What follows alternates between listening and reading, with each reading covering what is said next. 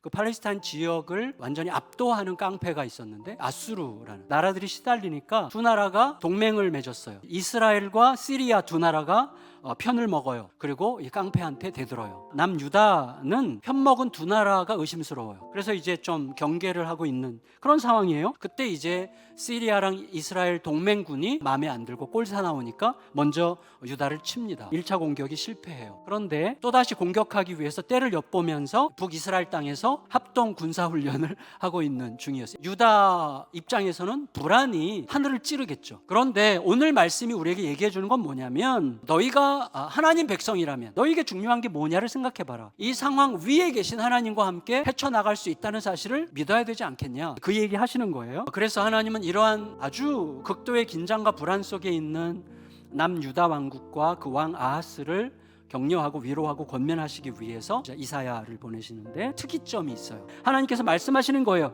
걔네들의 계획이 허세야. 결과적으로 그거는 하나님 입장에서는 뭐죠? 다윗의 혈통을 통해서 구원을 이루어 가시려고 하는 하나님의 거대한 스토리에 맞서려고 하는 굉장히 무모한 시도다. 그래서 하나님께서 다시 한번 강조해서 말씀하세요. 굳게 믿어라. 굳게 믿는다는 것은 내가 굳게 믿어야지 라고 한다고 믿어지는 게 아니죠. 누군가를 믿으려면 어떻게 해야죠? 그 누군가가 누군지를 알아야죠. 믿으면 그가 나에게 주는 선물이에요. 귀 기울이고 자세히 살피는 거예요. 단단하게 말씀에 나를 단단하게 묶어야 되는 거예요. 그래서 말씀의 돛대에 강하게 묶어두지 않으면 너무나 힘든 거예요. 동시에 여러분, 굳게 믿는다는 것은 잘 살피는 거죠. 뭘 살펴요? 현실의 실체가 뭔지. 우리가 생각하는 나를 죽일 것 같은 많은 현실들이 사실은 지나가고 나면 별것도 아닌 일들이 무척 많아요. 근데 현실을 해석하는 데 기준이 뭔지를 살펴야 돼요. 내 안에서 작동하는 힘이 뭔지를 살펴야 돼요. 아주 고요히 생명의 길을 이어오신 하나님의 장엄한 스토리에 비추어 보는 거예요. 이게 굳게 믿는 거죠. 그래서 하나님은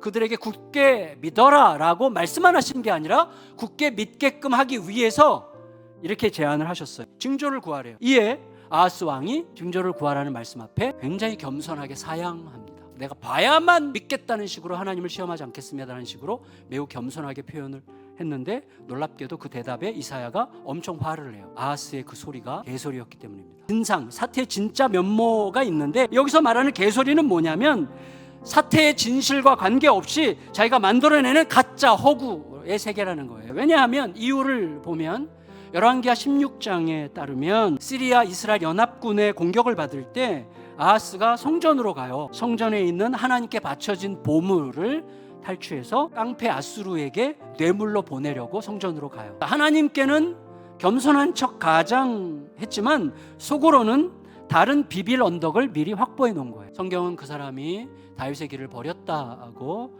설명합니다. 결국 아하스 왕과 남유다 백성들은 하나님을 굳게 믿지 못했어요. 하나님을 등지고 시련을 자초했습니다. 그러면 우리가 구체적으로 살 길을 어떻게 찾아야 될까요? 하나님이 이미 징조를 구하라고 하셨어요. 계속해서 다시 기억해야 됩니다. 처녀가 잉태하여 아들을 낳으리니 그 이름을 임마누엘이라 하리라. 이 말씀이 우리에게는 다 우리에게 선명하죠. 그러니까 이사야 선지자나 아하스가 다 알고 있는 어떤 여인이 시집가서 아이를 낳아서 이 아이가 선악을 분별하기 전 조만간 이 이스라엘과 시리아 연합군이 망할 거라는 것을 내가 미리 말할 테니 그게 이루어질 때 역시 하나님의 말씀을 붙들어 있어야 되는구나 라는 걸 깨닫길 바래 라는 의미로 말씀하셨던 거라는 거예요. 임마누엘, 하나님은 멀리 관망하듯 팔짱 끼고 계시는 분이 아니고 현실 한가운데 우리와 함께 계시면서 세상 만사를 판단하시는 진정한 통치자시라는 것.